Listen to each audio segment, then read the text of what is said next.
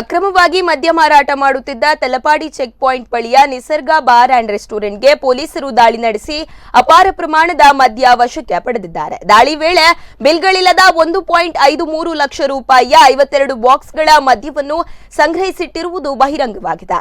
Bar cashier Charan ಎಂಬಾತನನ್ನು ವಿಚಾರಣೆ ನಡೆಸಿದಾಗ ನಗರದ ಮತ್ತೊಂದು ವೈನ್ ಶಾಪ್ನಿಂದ ಮದ್ಯವನ್ನು ಖರೀದಿಸಲಾಗಿದೆ ಎಂದು ತಿಳಿಸಿದ್ದಾನೆ. ಇದಲ್ಲದೆ ಬಾರ್ ರಾಜ್ಯ ಸರ್ಕಾರದ ಮಾರ್ಗಸೂಚಿಗಳನ್ನು ಉಲ್ಲಂಘಿಸುತ್ತಿದ್ದು ನಿಗದಿತ ಸಮಯಕ್ಕಿಂತ ಅಧಿಕ ಕಾಲ ಮದ್ಯ ಮಾರಾಟ ನಡೆಸುತ್ತಿದ್ದವು. ಹಾಗೆಯೇ ಅನುಮತಿಗಿಂತ ಹೆಚ್ಚಿನ ಪ್ರಮಾಣದ ಮದ್ಯವನ್ನು ಸಂಗ್ರಹ ಮಾಡಿಟ್ಟುಕೊಂಡಿದ್ದವು. ದಿವ್ಯಾರಾಜ್ ಶೆಟ್ಟಿ ಎಂಬಾತನ ಹೆಸರಿನಲ್ಲಿ ಬಾರ್ ಪರವಾನಗಿ ಇದ್ದು ಈತನ ಪತ್ತೆಗೆ ಪೊಲೀಸರು ತನಿಖೆ ಮುಂದುವರೆಸಿದ್ದಾರೆ.